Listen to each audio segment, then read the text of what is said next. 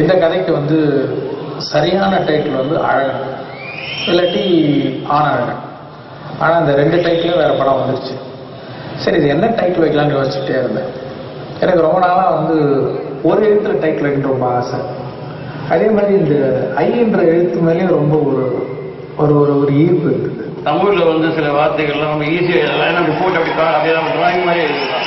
ஆனால் ஐக்கு ஒரு தனி அது ஒரு அச்சீவ்மெண்ட் பண்ண மாதிரி இருக்கும். ஐ எழுதினது I is the vision of Shankar. எந்த ஒரு நடிகரும் அந்த படத்தை பார்க்கணும், இந்த மாதிரி ஒரு கதாபாத்திரம் எனக்கு கற்பிக்கிறாங்க தோண வைக்கிற ஒரு படம். அதுதான் ஐன்னு அர்த்தம். இந்த ஐக்கு தமிழில் வேற என்ன அர்த்தம் இருக்குது அப்படின்னு பார்க்கும்போது ஐனா அழகுன்னு ஒரு அர்த்தம் இருக்குது. அப்போ சரி, இதுதான் நமக்கு சரியான டைட்டில் அப்படின்னு சொல்லிட்டு இந்த ஐ டைட்டில் வச்சு.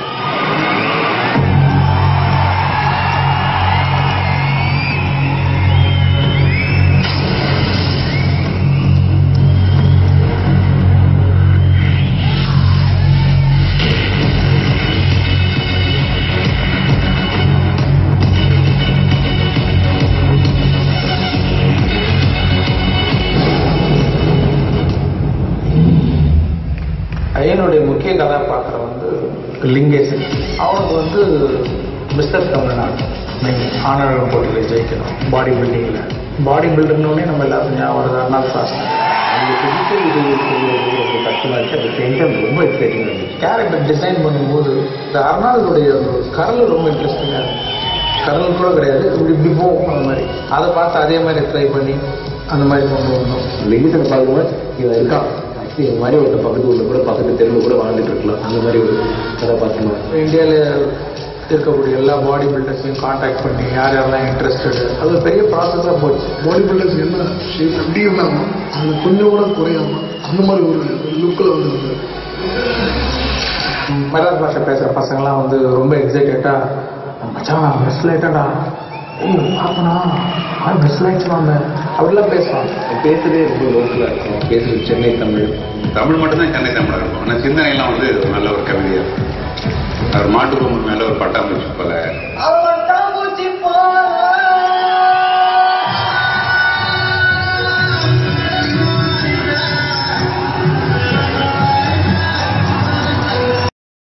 is driving on a motorcycle down a road and the motorcycle turns into the girl.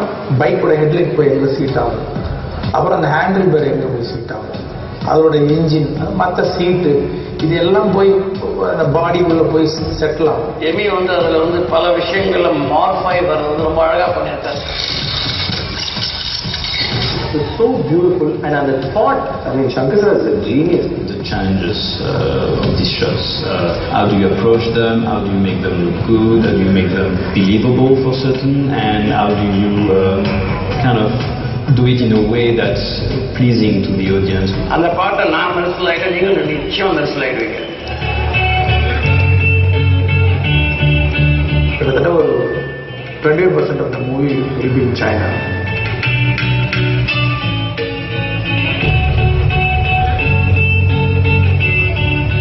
அங்கே போது ஒரு அமைதியான ஒரு அந்த அமைதிக்கு நடுவில் டைரக்டர் தேர்ந்தெடுத்த ஒரு ரொம்ப அமைதியான அழகு. நாங்கள் பார்த்த லொக்கேஷன் எல்லாமே சைனாவோட வெவ்வேறு பகுதியில் இருக்குது. டெம்பரேச்சர்லாம் பார்த்தா 0, -டிகிரி, எப்போ மழை வரும்னு தெரியாது, எப்போ ஸ்னோ வரும்னு தெரியாது. இவ்வளோ க்ரூ எல்லா எக்யூப்மெண்ட்டோட இவ்வளோ க்ரூ போயிட்டு இவ்வளோ ஹார்ட் ஒர்க் பண்ணி சவுத் சைனாலேருந்து நார்த் சைனா வரைக்கும் ட்ராவல் பண்ணுவோம். ஒரு பூக்களே சற்று ஓய்விடுங்கன்னு ஒரு பாட்டு இருக்குது. அதில் சுற்றி மலைகள் இருக்கும், நடுவில் தண்ணி இருக்கும். அதில் விக்ரம் கேரக்டர் வந்து தண்ணியில் ஓடி வர மாதிரி ஷார்ட், கொஞ்சம் ட்ரீமியான ஷார்ட்ஸ்லாம் இருக்கும். And so he came up with பூக்களே சற்று ஓய்வெடுங்கள்.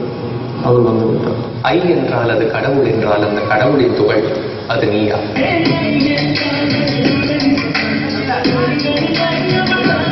ஒரு ரியல் மாடலாகவும் ரொம்ப பியூட்டிஃபுல்லாக இருக்க வேண்டிய ஒரு கேர்ள் இதை கேஸ்ட் பண்ணும்போது எமி ஜாக்சன்.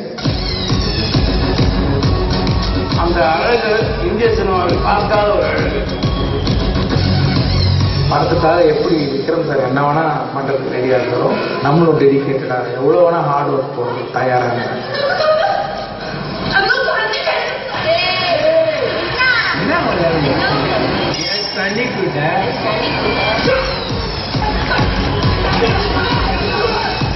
அவரை சைக்கிளில் நிறைய பேர் சேஸ் பண்ணிட்டு வர மாதிரி அந்த சைக்கிளோடய அவங்க ஃபைட் பண்ணுற மாதிரியான ஒரு எபிசோட் இருக்குது.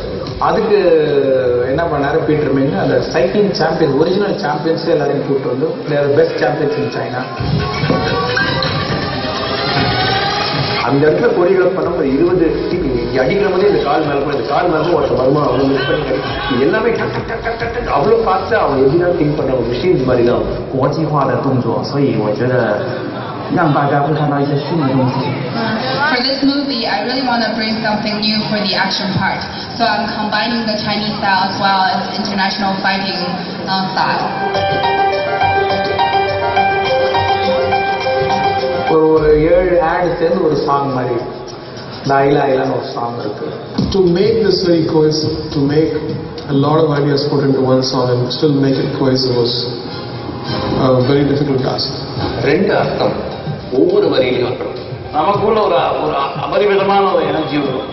அந்த அளவுக்கு ஒரு எனர்ஜெட்டிக்காக இருக்கு. பாஸ்கோ சீசரோட கொரியோகிராஃபி ரொம்ப இன்ட்ரெஸ்டிங்காக இருக்கும். சிலது ஃபன்னியாக இருக்கும், சிலது வந்து ரொம்ப ரொமான்டிக்காக இருக்கும். ஒரு குட்டி கதையை அந்த 30-40 செகண்ட்ஸ் கூட அந்த கதையை சொல்லிடணும், அந்த ப்ராடக்டையும் சொல்லிடணும், அவங்களுக்குள்ள இருக்க ரொமான்ஸையும் சொல்லிடும் போது ரொம்ப இன்ட்ரெஸ்டிங்காக இருந்தது. இதில் முக்கியமான கதாபாத்திரம் வந்து அந்த கூனன் கதாபாத்திரம்.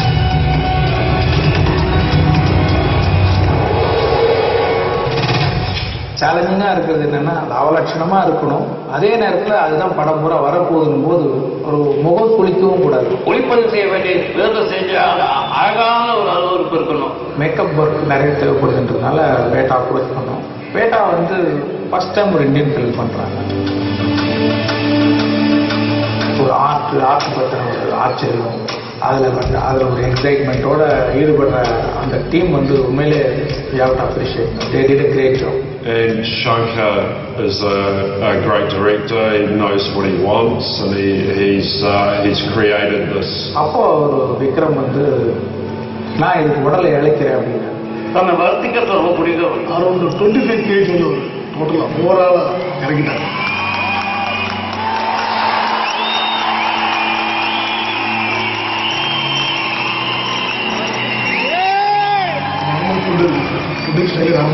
அந்த கேரக்டரை வந்து அடாப்ட் பண்ணி ரொம்ப ஒரு பாவமாக இருக்கும். ஒரு சாங் சீக்வன்ஸில் வந்து ஒரு beauty and the Beast concept, like ஒரு டிசைன் பண்ணுறது, ஒரு பீஸ்ட் மாதிரி ஒரு மனிதனும் மிருகமும் கலந்த மாதிரியான ஒரு உருவம் பண்ணணும். அவரோட கான்செப்ட் ஏஞ்சல்ஸ் ஏன்னா நிஜமாவே ரெக்கையோட இருப்பாங்க, அவங்களுக்கும் எங்கே ஆளுங்களுக்கும் சண்டை, அது ஒரு கேரி பண்ண விதம் ரொம்ப நல்லா இருக்கும். அந்த சாங் பார்த்தீங்கன்னா அந்த பாடி போஸ்டர்ஸ், அந்த பாடி லாங்குவேஜ், அதை தாண்டி வெளியில் ஒரு எக்ஸ்பிரஷன், ஏன்னா எமோஷனலான ஒரு பாட்டு. இது பாஸ்கோ சீசர்ட்ட வந்து இந்த கன்செப்ஷனை சொன்னோன்னா அவர் ரொம்ப அழகாக கொரியோகிராஃப் பண்ணியிருக்காரு அந்த சாங். இவ்வளோ பெரிய இண்டோர் செட் கிட்டத்தட்ட ஒரு 320 அடிக்கு 160 அடி, ஒரு ஏக்கர்னு சொல்லலாம். அந்த பீஸ்டோட இருப்பிடணும் போது அதுக்குண்டான ஒரு கரகங்களோட ஒரு ஏரியா, அதில் ஒரு கலைத்தன்மையோட ரொம்ப அழகாக பண்ணியிருக்காரு முத்துராஜ். அந்த பீஸ்டர் வந்து பயங்கரமான ஒரு லைட்டிங் பண்ணியிருந்தாரு. இங்கேயோ ஒரு மிடிவல் ஒரு BC அப்போ பண்ண ஒரு இது மாதிரி இருக்கும். It's a big statement about love and anybody can sing this, but in this movie it's going to be very very special. நீ கேட்டால் உலகத்தை நான் வாங்கி தருவேன், நீ இல்லா உலகத்தில் நான் வாழ மாட்டேன், என்னோடு நீ இருந்தா உயிரோடு நான். அந்த சாங் வந்து ரொம்ப சோல்ஃபுல்லாக உள்ளுக்குள்ள எங்கேயோ வலிக்கும். இந்த ஸ்கிரிப்ட் ரொம்ப சேலஞ்சிங்காக இருந்தது. என்னென்னா பார்க்குறவங்க ஒரு புது எக்ஸ்பீரியன்ஸை கொடுக்கும். இது எங்கே போகுது கதை, ஸோ கதை அங்கே போகும்போது அதுவும் சுவாரஸ்யமாக இருக்கும். விட்ட இடம் எங்கே இருக்குது அது ஞாபகம் வச்சுக்கணும், திருப்பி அங்கே வரும்போது அது சுவாரஸ்யமாக இருக்கும். படம் பார்க்குறவங்களுக்கு கூட சில டைம் யூகிக்க முடியாது என்னதான் நடக்குது. நிறைய எக்ஸ்பெரிமெண்ட்ஸை பார்க்கலாம், நிறைய வித்தியாசத்தை பார்க்கலாம். இது வந்து ஒரு தமிழ் படமாக நான் பார்க்கல, அது ஒரு இன்டர்நேஷ்னல் மூவி. இது நான் மட்டும் இல்லை, படம் பார்க்க போகிற எல்லாரும் சொல்லுவாங்க, அவங்களோட எல்லாரோட ஐக்கும் ஒரு விருந்தம். And so I'm very excited about it.